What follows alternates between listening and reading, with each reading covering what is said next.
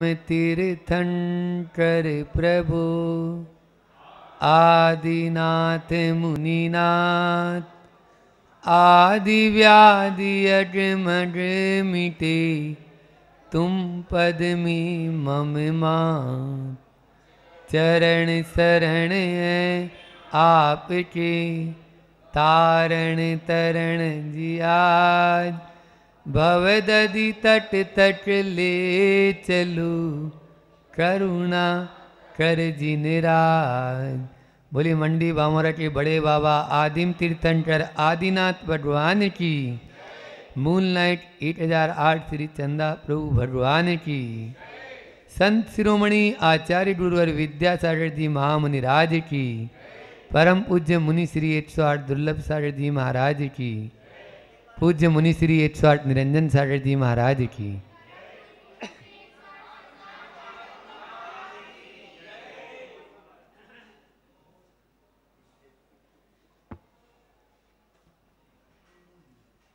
16 कारण भाई तीर्थंकर जे भय।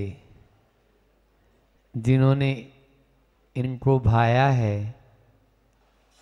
आज वो पूज्य बन चुके हैं। जन्म तो आपकी तरह हमारी तरह ही हुआ था। जन्म व्यक्ति का होता है, लेकिन अपने आचरण से अपने व्यक्तित्व को ऐसा बना लेते हैं कि खुद का तो कल्याण कर ही लिया, आज हम सबका भी वो कल्याण कर रहे हैं।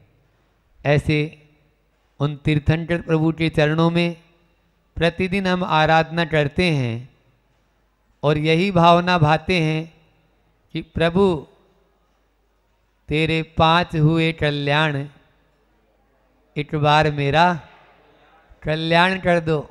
भजन तो गा ही लेते हैं अपन, लेकिन साथ साथ में भावना भी भाते हैं। वर्तमान में अभी 16 कारण पर्व चल रहे हैं। उन्हीं 16 कारण पर्व पर 16 कारण भावनाओं पर प्रतिदिन एक एक भावना हम भा रहे हैं। जिस प्रकार से पहले 12 भावना भाई, उसी प्रकार से भी 16 कारण भावना का चिंतन चल रहा है।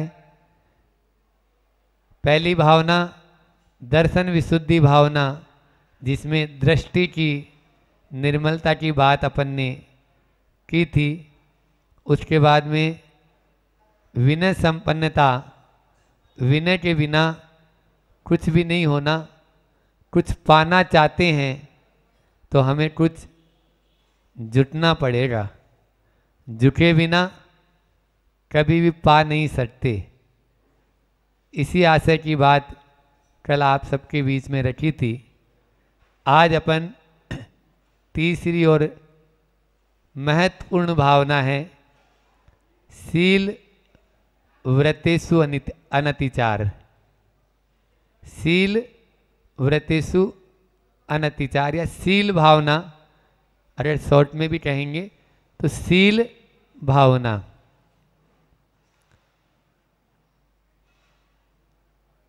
सब जानते हैं कि कुशील पाप है ना, और हम उसको केवल मात्र एक ही इंद्रिय से जोड़ लेते हैं, जबकि 5 इंद्रियों से देखना भी, सुनना भी, स्पर्शन भी, ये सभी से होता है। इसलिए शील व्रतों को यदि हमें सुरक्षित रखना है, व्रतों को यदि सुरक्षित रखना है तो शील का पालन अति आवश्यक है। शील की बाढ़ जैसे खेत होता है, खेत में मान लीजिए खेती तो फसल तो उगा दी, लेकिन फसल उगाने के बाद में उसमें बैरिकेटिंग नहीं है, उसमें बाढ़ नहीं है। यदि चारों तरफ बाड़ी नहीं है तो क्या वो फसल सुरक्षित रह पाएगी? बोलो। इसी प्रकार से यदि हमने व्रतों को अंगीकार कर लिया लेकिन सील का पालन नहीं है, तो क्या वो सुरक्षित रह पाएंगे? व्रत नहीं रह पाएंगे, 3 काल में सुरक्षित नहीं रह सकते। इसलिए सबसे पहले सील का पालन करना बहुत अनिवार्य है। वैसे बोलचाल की भाषा में भी अपन सील का मतलब क्या समझते हैं? अच्छा, है ना, ये बहुत सुशील है, ये बहुत सीलवान है ना। इसका अच्छे संस्कार, संस्कारों में संस्कारवान होना ही सीलवान होना है। यदि संस्कार नहीं है तो सील कैसे सुरक्षित रहेगा? इसलिए बात आज बहुत व्यापक है, उसको आज इसमें बहुत ज़्यादा, क्योंकि जहाँ पर सील है वहीं पर संयम रह सकता है, वहीं पर व्रत रह सकते हैं, वहीं पर वही तप भी सार्थक है। यदि मान लीजिए हम सील का पालन नहीं कर रहे और तपस्या खूब कर रहे हैं, तो क्या वो तपस्या कार्यकारी होगी? नहीं होगी। उस तपस्या का फल नहीं, वो तो केवल बाल तप या हठ योग जैसे होते हैं वैसे हो जाएगा। इसलिए हमें सील की ओर ध्यान देना है। पहले तो सबसे पहले हम व्रतों को ग्रहण करें, व्रतों को ग्रहण करेंगे तब ही हम ये सील भी पालन। 7 सील होते हैं। सील व्रत कितने होते हैं? 7 सील व्रत बताए। 5 तो अणुव्रत हो गए, फिर 12 व्रत होते हैं। श्रावण के कितने व्रत होते हैं? 12। उनमें से 7 को सील व्रत की संज्ञा दी कि इन व्रतों में जो अभिवृद्धि करे, इन व्रतों को जो सुरक्षित करे, इन व्रतों में हमें आगे बढ़ाए, वो सील व्रत कहलाते हैं। वो 3 गुण व्रत और 4 शिक्षा व्रत आप सब जानते हैं। उन 7 सील व्रतों का भी हम पालन करेंगे, तभी हमारी सील व्रतेषु अनतिचार, एक ये जो शब्द दिया है अनतिचार, ये बहुत महत्वपूर्ण है। अतिचार लड़ना यानी निर्दोषता, मतलब दोष लड़ना। अतिचार का मतलब क्या है? दोष लड़ना। और अनाचार का मतलब क्या है? व्रत का ही भंग हो जाना, व्रत का ही भंग हो जाना। इसलिए अतिचार नहीं लगाना। जैसे आचार्य श्री का एक बहुत अच्छा उदाहरण याद आ रहा अभी ताजा ही, जो नेमावर में हम लोगों को जब अभी पढ़ा रहे थे प्रतिमा विज्ञान के बारे में, तब ये दिया था कि रस्सी से बाल्टी कुएं में से खींची जा रही है। रस्सी थोड़ी पुरानी है, तो अपन ने बाल्टी को खींचा, आवाज आई चट, लेकिन फिर भी खींचा, फिर आवाज आई चट। वो तो चट चट की आवाज आ रही है ना, मतलब वो है अतिचार। क्या है? अब आपने धीरे धीरे उस बाल्टी या हंडे को खींचते खींचते ऊपर तक ले आए। अब वजन भी पूरा रहता है और रस्सी के ऊपर भी पूरा लोड है, क्योंकि जैसे जैसे ऊपर आती जाएगी तैसे तैसे उसमें और लोड बढ़ता चला जाता है। तो वैसे ही वो रस्सी के ऊपर, अब बाल्टी लेने वाले पकड़ने वाले ही थे, एक साथ चढ़ सीधी नीचे चली जाती है वो बाल्टी वापस, मतलब रस्सी टूट गई, रस्सी टूट गई। तो जो चट चट की आवाज आ रही थी ना तुड्डियों की, वो क्या थी? अतिचार था।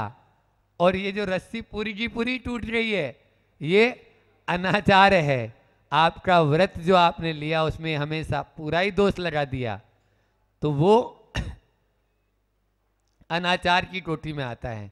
आचार्य श्री कहते हैं जब तक आपके मन में श्रद्धा है, उसके प्रति आस्था है, उसके प्रति विश्वास है, कभी व्रत टूटेगा नहीं। हाँ, क्वचित कदाचित व्रत में दोष लग सकता है, क्वचित कदाचित व्रत में दोष लग सकता है, लगी जाता है। गिरता वही है जो चलता है, गिरता वही है जो चलता है। जो चल ही नहीं रहा वो क्या गिरेगा?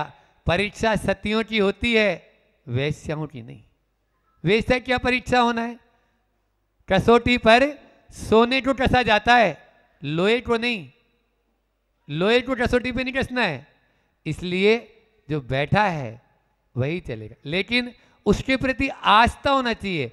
व्रत छोटा या बड़ा नहीं होता चाहिए। एक बार ज्ञान सागर जी महाराज जी के पास में एक व्यक्ति आया, बोले महाराज जी नमोस्तु महाराज जी, हमें भी एक छोटा सा व्रत दे दो ना महाराज जी। आचार्य ज्ञान सागर जी महाराज ने जो जवाब दिया वो लाजवाब था। वो बोलते हैं बेटा व्रत छोटा नहीं होता है, कभी व्रत छोटा नहीं होता है। क्यों? बोले जिन व्रतों को तीर्थंकरों ने आचरित किया, जिन व्रतों को हमारे महापुरुषों ने अपने जीवन में पालन किया, आचरण में लाए, और जो जिनवाणी माँ के द्वारा बताए गए हैं, जो तीर्थंकरों की वाणी में और तीर्थंकरों द्वारा बताए गए हैं, क्या वो व्रत कभी छोटे होंगे? बोलो। इसलिए छोटा व्रत नहीं होता है। व्रत से जुड़ी हुई जो आपकी श्रद्धा है ना, वो छोटी और बड़ी होती है। महाराज थोड़ी सी छूट दे दो ना महाराज जी, ये जो आपने गली निकाल ली, बस ये निर्दोषता नहीं रहने देगी, ये आपके उसमें दोष लगाएगी। एक बार यदि छोटा सा दीवार होती ना, दीवार, तो दीवार में छोटा सा छेद है, मान लीजिए जैसे ब्रिज बने हुए रहते हैं, ये आपके क्या बोलते हैं उनको, डैम, डैम बने हुए रहते हैं ना, उस डैम में मान लीजिए वो डैम की जो दीवार होती है उसमें छोटा सा छेद हो गया, छोटा सा, बस वो छूट रखी है, तो एक दिन वो पूरे के पूरे डैम को ही डहा देगी। कैसे डहा देगी? कि वो पानी धीरे धीरे धीरे धीरे रिस रिस के आएगा, उस छेद को चौड़ा करता जाएगा, और एक दिन पता चलेगा कि पूरी दीवार ही नीचे आ गई। समझ में आ रहा है ना? तो इसलिए जो व्रत लेते हैं उसको पूरी निष्ठा से, पूरी श्रद्धा से पालन करें। अपन रात्रि भोजन का त्याग कर रहे हैं, तो रात्रि भोजन का पूरी निष्ठा से त्याग करें। आपने यदि रात्रि में चारों प्रकार के आहार का त्याग कर दिया तो छोटा कहाँ कहलाएगा? एक साल में खाते पीते पूरा आराम से, जैसे ही सूर्योदय हो खाना शुरू करो, और शाम जैसा ही हो जाए बंद कर दो, जैसे पशु पक्षी होते हैं ना। 6 महीने का उपवास का फल बताया है शास्त्रों में। कितने महीने का? भूखे पेट नहीं, एक भी दिन उपवास नहीं करना है आपको। आप सुबह से लेकर शाम तक 50 बार खाइए। कितने बार? लेकिन रात में मत खाइए। बोलो, छोटा है। पिए भी मत, ऐसा नहीं कि वो फिर खाने के नाम, अब महाराज जी हम अन्न नहीं लेते, महाराज जी फल फ्रूट खा लेते हैं, वो फलाहार के नाम पे फुलाहार होता है, फुलाहार। और जो चीज दिन में भी नहीं खानी चाहिए वो रात में खा लेता है। आलू की वो क्या बोलते हैं, केले की चिप्स खाएगा, आलू तो खैर नहीं, केले की चिप्स खाएगा, मावा की बर्फी खाएगा, है ना, मावा की मिठाई खाएगा, अच्छी खोआ की बढ़िया गुलाब जामुन बना 10-15 गुलाब जामुन खा जाएगा। बोले नहीं महाराज जी मेरा तो त्याग है महाराज, रात्रि भोजन। हमारा तो यही नियम रहता है। आप लोग हंस रही है इसलिए समझ में आ रहा है कि पहले उनका फलाहार त्याग कराते हैं हम, कि फलाहार का त्याग, रात्रि में फलाहार क्यों? वो फलाहार रहता ही नहीं है, वो फुलाहार हो जाता है। इसलिए व्रत छोटा नहीं है। ऐसे ही नमोकार मंत्र है, आप नमोकार मंत्र में पूरा द्वादशांग है। नमोकार मंत्र को यदि आप, अरे अब कोई मान लीजिए कोई आता है मेरे पास में, मैं उसको बोलता हूँ भैया नमोकार मंत्र की 5 माला फेरना है। महाराज जी वो तो हम रोज दे रहे हैं महाराज जी, वो दे रहा है ना, वो तो हम करते ही हैं, वो तो फेरते ही हैं। तो ये जो भाव रहता है ना, इसमें उतना कल्याण नहीं होगा जब तक उसके साथ में आप अपनी निष्ठा को नहीं जोड़ेंगे। निष्ठा को जोड़ना बहुत जरूरी है। नहीं नहीं, ये नमोकार मंत्र जो है वो निदत्ति निकाती कर्मों का भी क्षय कर सकता है। जिन कर्मों का क्षय ध्यान की विशुद्धि से नहीं हो सकता, वो नमोकार मंत्र के माध्यम से हो सकता है। नमोकार मंत्र मुझे 24 घंटे मेरे श्वास श्वास पर बस जाए, ये तब शील व्रत की ये सार्थकता होगी। अपन जो है ना बात तो कर रहे हैं, बातें ही रह जाती है।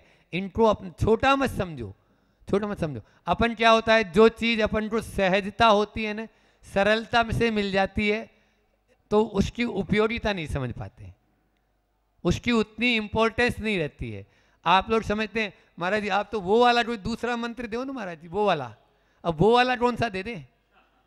हमारे यहाँ नमोकार मंत्र ही महामंत्र है, जो निज का और स्व पर का दोनों का कल्याण करने वाला है। और जब भी होगा इसी से होगा, और किसी दूसरे मंत्र से कुछ होना ही नहीं है। इसलिए इसको बहुत श्रद्धा के साथ में, हमारे एक महाराज जी हैं, वो मशीन वाली वो जो देते हैं ऐसे वो काउंटिंग वाली, तो वो 8 लाख मंत्र 8 लाख जाप कर लेंगे आप माला, तो 8 लाख जाप यानी 1 करोड़ जाप कर लेंगे। तो तीर्थंकर प्रकृति का मंत्र बताया है, यदि भावों के साथ में यदि अच्छे से करेंगे तो। इसलिए यदि स्त्री पर्याय का छेद करना चाहते हैं, क्योंकि तीर्थंकर कौन बनेगा? तीर्थंकर कोई स्त्री तो बनना नहीं है। क्यों बनती है? नहीं बनती है। तो जब तीर्थंकर स्त्री नहीं बनती है तो स्त्री पर्याय का ही छेद हो जाएगा, और पुरुष भी उसमें शामिल। आप चलते फिरते जब चाहें तब वो नमोकार मंत्र जब सकते हैं। इसलिए इसका ध्यान रखना है। जितनी जितनी हमारे में सहजता और सरलता होती है, व्रतों में उतनी उतनी ही निर्दोषता आती है। जितनी जितनी हमारे अंदर में कुटिलता होगी, व्रतों में भी उतनी उतनी निर्दोषता नहीं रहेगी, वो निरतिचार नहीं रहेंगे, वो अतिचार सहित हो जाते हैं, अतिचार सहित हो जाते हैं। रावण था ना, रावण, तो रावण जो था उसने व्रत लिया, उसने व्रत लिया। क्या व्रत लिया था? कि जो स्त्री मुझे नहीं चाहेगी मैं उसके साथ में कोई भी गलत व्यवहार नहीं करूँगा, ये लिया। लेकिन कसाई का इतना ज़्यादा पुट था, मान कसाई का पुट, कि उसका नाश कर दिया। मान कसाई के कारण उसने वो जो व्रत था, वो लिया हुआ व्रत भी कोई काम का नहीं रहा। इसलिए कसाई से बचें। यदि व्रतों का निर्दोषता से पालन करना है तो कसाई से बचना। कसाई जो है हमारी जिस अनुपात में हम कम कर पाएँ, हम भी जान रहे हैं। मैं भी आपसे बोल दूं नहीं नहीं आज से बिल्कुल गुस्से त्याग कर दो, होने वाला है क्या? हम खुद नहीं कर पा रहे तो आपको क्या कर देंगे? समझ में आ रहा है? तो इसलिए, लेकिन गुस्सा आ रहा है, कोई बात नहीं, गुस्सा आया, उसका ड्यूरेशन तो कम कर सकते हैं अपन। जैसे गुस्सा आ गया, कोई बात नहीं, आपने जो बोलना था बोल दिया, जितना बटना था बट दिया आपने, लेकिन थोड़ी देर बाद में ही आप जाके उससे बोल सकते हैं, पति है तो मान लीजिए, पत्नी है तो मेरे से गलती हो गई, क्षमा कर दो, उस समय मेरा बुद्धि ठिकाने नहीं थी। इतना तो कर ही सकते हैं। बोलो, ड्यूरेशन मतलब अवधि, उसकी अवधि को तो कम कर सकते हैं। जो आज गुस्सा किया वो 4 दिन तक चल रहा है, 4 महीने तक चल रहा है, तो चलता ही रहेगा, वो तो 4 वर्ष तक चल रहा है, तो कैसे काम चलेगा? अपन उसको मान ली तुरंत समाप्त कर देंगे, उसके बाद में उस गुस्से में भी कमी भी आ जाएगी, ऐसा नहीं कमी नहीं आएगी। इसलिए यदि सील भावना का पालन करना चाहते हैं, अपने अंदर में सील व्रतों को अंगीकार करना चाहते हैं, अनुव्रतों के साथ साथ में सील व्रतों का पालन करना चाहते हैं, तो इन सब बातों को आपको ध्यान रखना पड़ेगा। विज्ञानमती माता जी की एक बहुत अच्छी पुस्तक है, सील मंजूषा, बहुत ही अच्छी। मैं जब सबसे पहले संघ में आया था तो पूज्य योग सागर जी महाराज जी ने मुझे यही कहा कि आपने कभी सील मंजूषा पढ़ी? मैंने तो नहीं पढ़ी। बोले नहीं, उसको पहले पढ़ो। और तुरंत दूसरे तीसरे दिन ही उन्होंने कहीं से सील मंजूषा उपलब्ध करवाई, हमने उसको जल्दी से पूरा पढ़ दिया।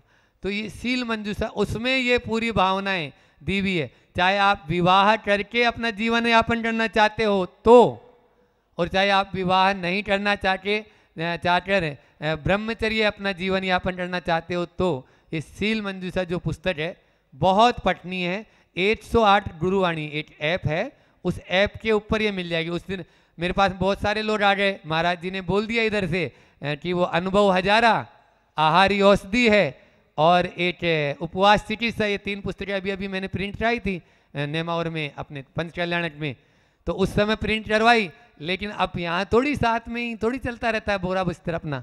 और फिर दूसरी बात ये है कि जो प्रिंट होती है तो प्रिंट कराने वाला कोई और है और बांटने वाला कोई और है, ले जाने वाला कोई और है, पढ़ने वाला कोई और ही है। लेकिन आप सबकी जेब में एक झुंझुना रहता है, खिलौना, तो उस खिलौने का उपयोग आप अच्छे में भी कर सकते हो। आप खाली उसमें अपने प्ले स्टोर में जाके और एक वो वाला ऐप होता है 808 गुरबाणी, तो 808 गुरबाणी में तीनों पुस्तक डली हुई है, ये तीनों पुस्तक भी है और सील मंजूसा भी है। तो इसलिए हमारा ये नहीं है कि आप मोबाइल रखो, लेकिन यदि मोबाइल है तो आप बुरे में क्यों काम में करो, अच्छे में काम कर ले भैया। तुम अब मेरे कहने से मोबाइल तो छोड़ नहीं पाएगा।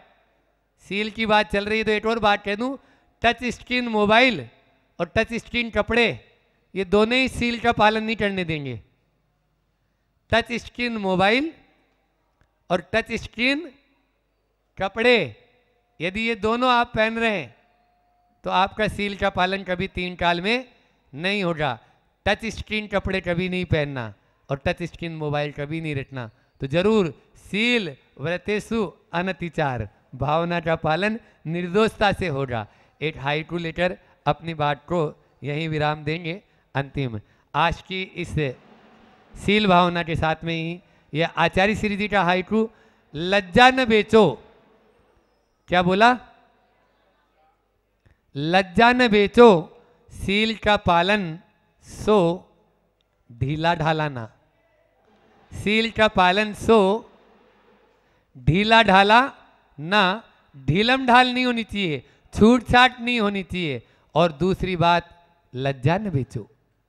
आप में यदि सील पालन तभी संभव हो पाएगा जब आप लज्जा का ध्यान रखेंगे, शर्म होगी, आपकी आंखों में नेत्रों में आपकी लज्जा रहेगी, तभी सील का पालन हो पाएगा। और वो ढीला ढाला नहीं होना चाहिए, यदि ढुलमुल रहेगा तो वो स्थिरता नहीं आ पाएगी। इसलिए लज्जा न बेचो, सील का पालन सो ढीला ढाला ना। बहुत अच्छा हाइकू है। बोलिए अहिंसा परमो धर्म की जय।